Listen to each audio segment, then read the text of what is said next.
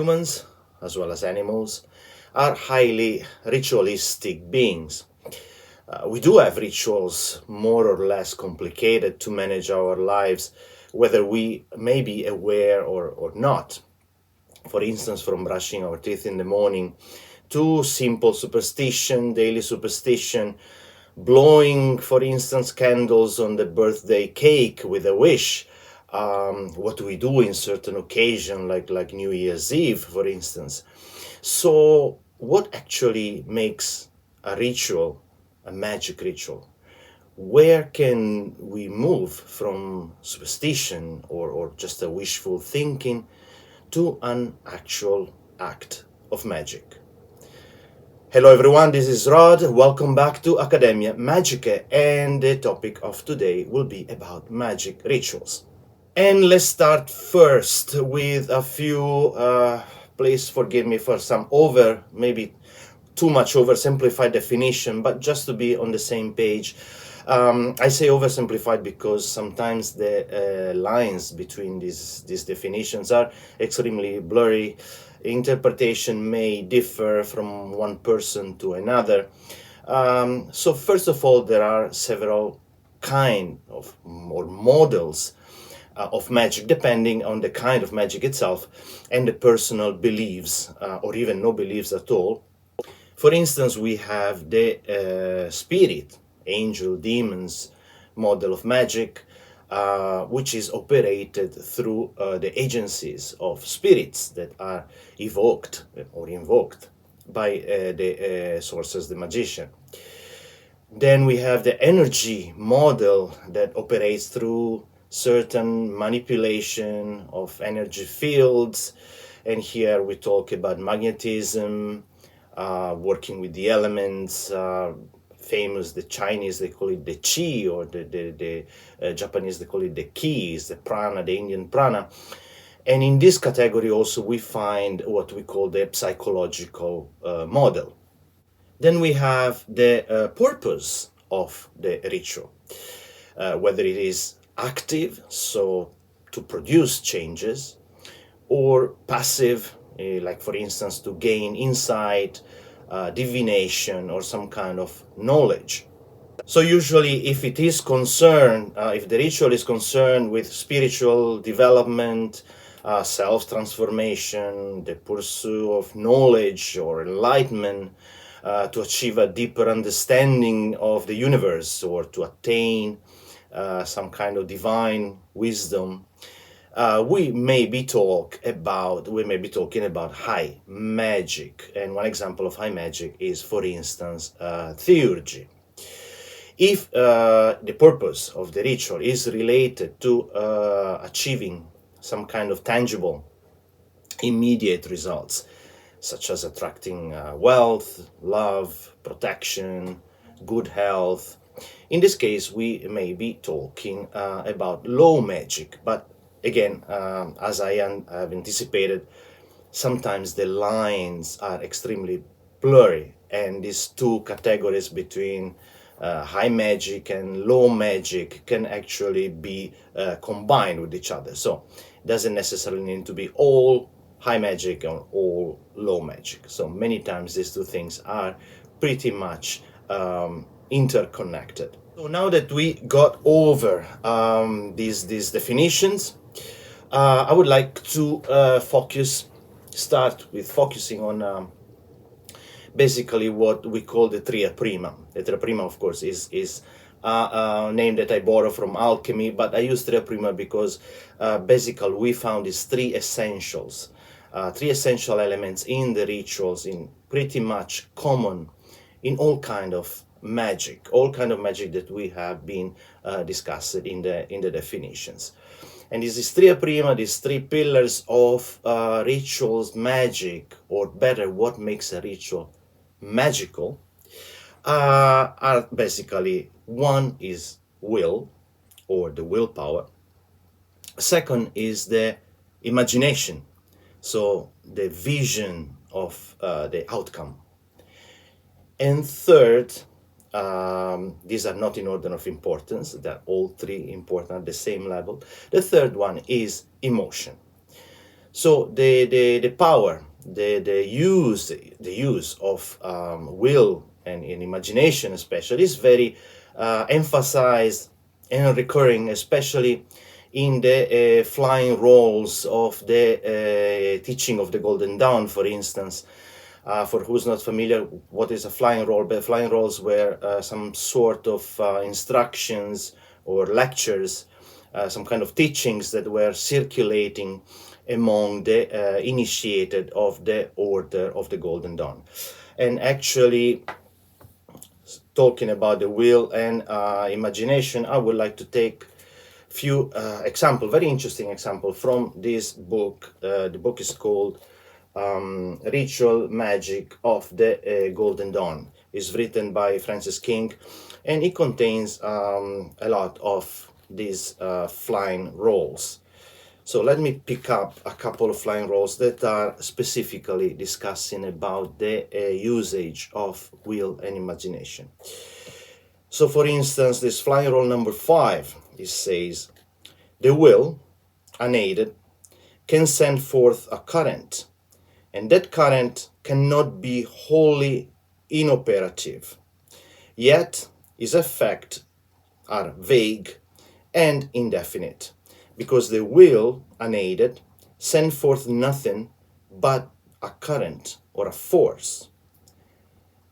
Imagination, unaided, can create an image, and this image must have an existence of varying duration.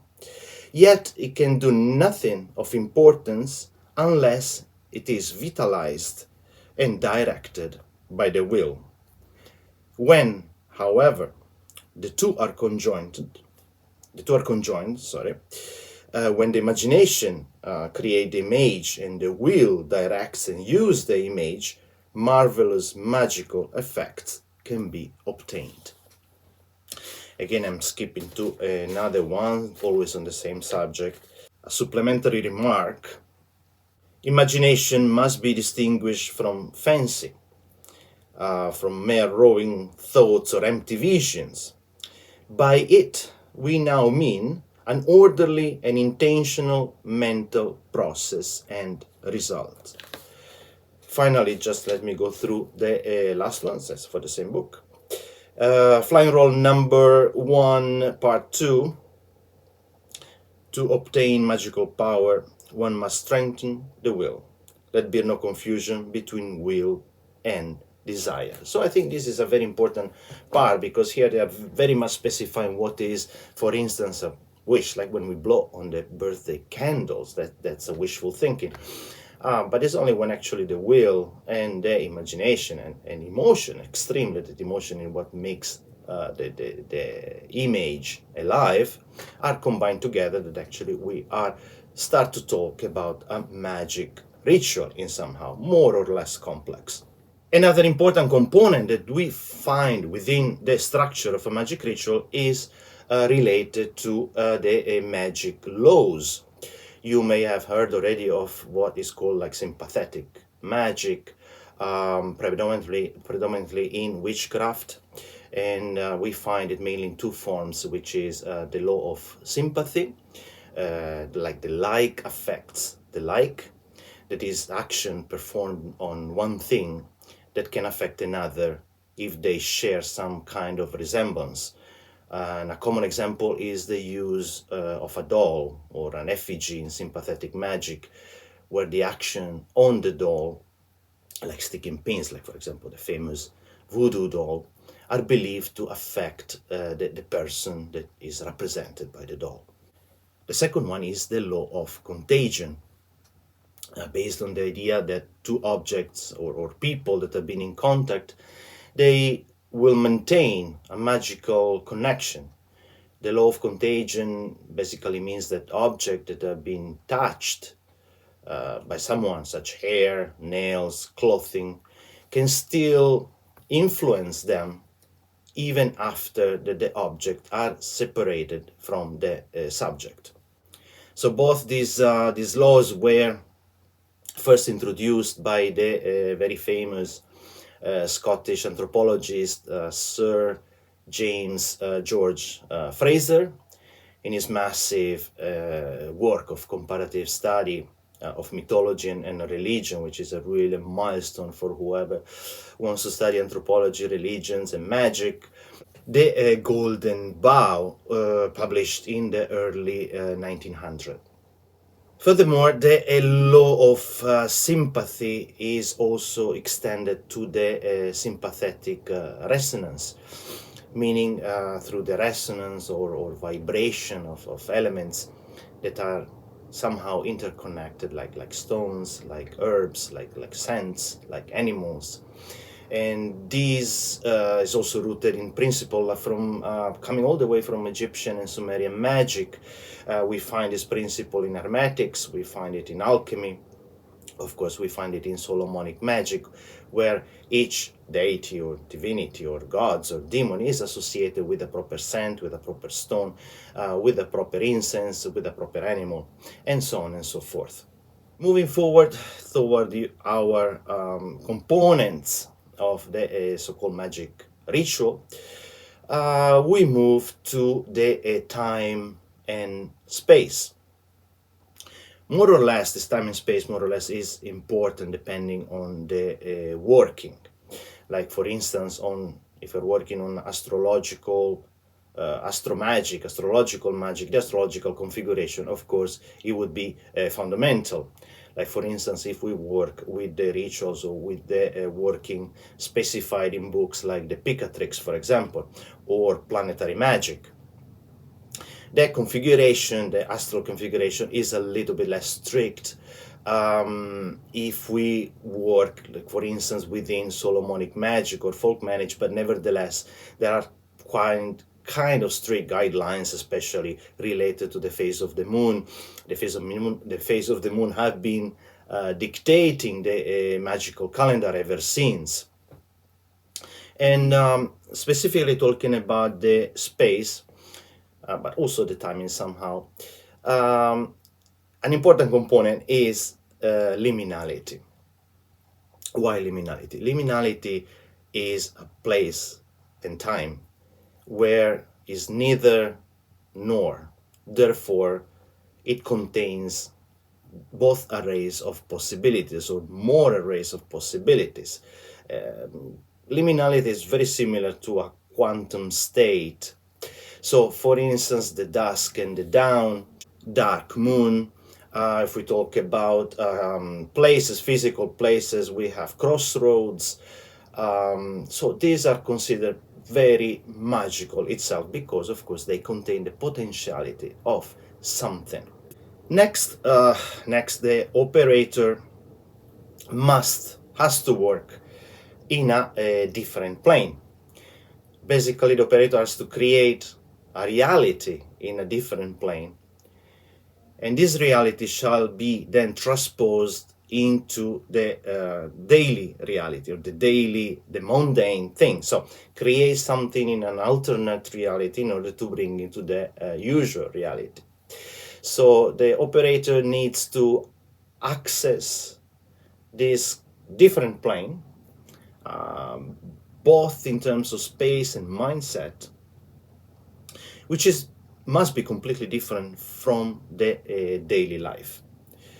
This is common to find instruction, for instance, in the grimoire or other magical books. We find instruction like you have to collect the material needed, such herbs or stones needs to be collected at sunset, sunrise, new moon, full moon. Again, here we see again the connection with liminality. We have to write with the left hand. Of course, if we are right-handed, we should use the left hand. If we are left-handed, we should use the right hand. So we should use something that is not what we use on our daily mundane kind of tasks. Using different alphabets that are specifically reserved for magic rituals.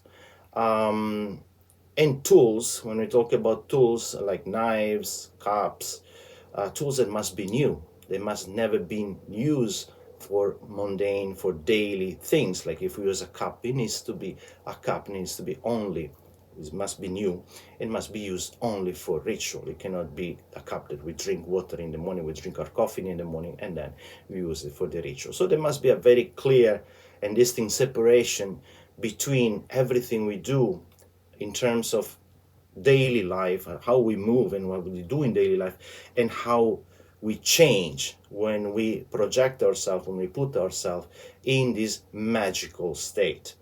Then we find of course, some specific words of power, also known as voces magicae, and symbols or sigils that are also known as characters, believed to be imbued with magical properties,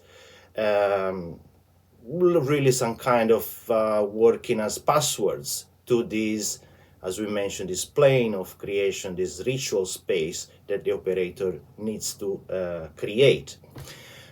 If you're interested specifically about these words of power and the characters of the voces magicae and characters, I have a video here. I put the link. It's a video specifically to the evolution and usage of voces magicae and the characters. And finally, to conclude, to package our ritual, we come to the theatrical part, the dramatization, the play of the ritual itself, which not only plays a fundamental psychological part, but it also has a force of creation on itself. So, like most of the arts have the ability to evoke and transpose through time and space. When we listen to some music, watch some painting, so all kind of art has this kind of quote unquote magic. I use it in this sense now, to take us in a different time and space. And this, of course, is valid as well for the theater, even more, because the play of the ritual becomes an act of creation on itself. So through all these components that we have pretty much summarized in this video, putting everything together, we can see what is the difference between a very simple brushing our teeth or taking a bath kind of ritual, from a ritual that actually consider a magic ritual, consider something that would make changes into reality. And this is it for this short video about magic ritual. Maybe we will take again more specifically on what we have been summarized and discussed today in other video. Meantime, I invite you to check out the other videos available on the channel. Make sure you're subscribed. If you're not subscribed to Accademia Magica, please subscribe so you'll be notified when new videos will come up. And thank you for staying with me today. I hope to see you soon. Have a great day. Bye bye.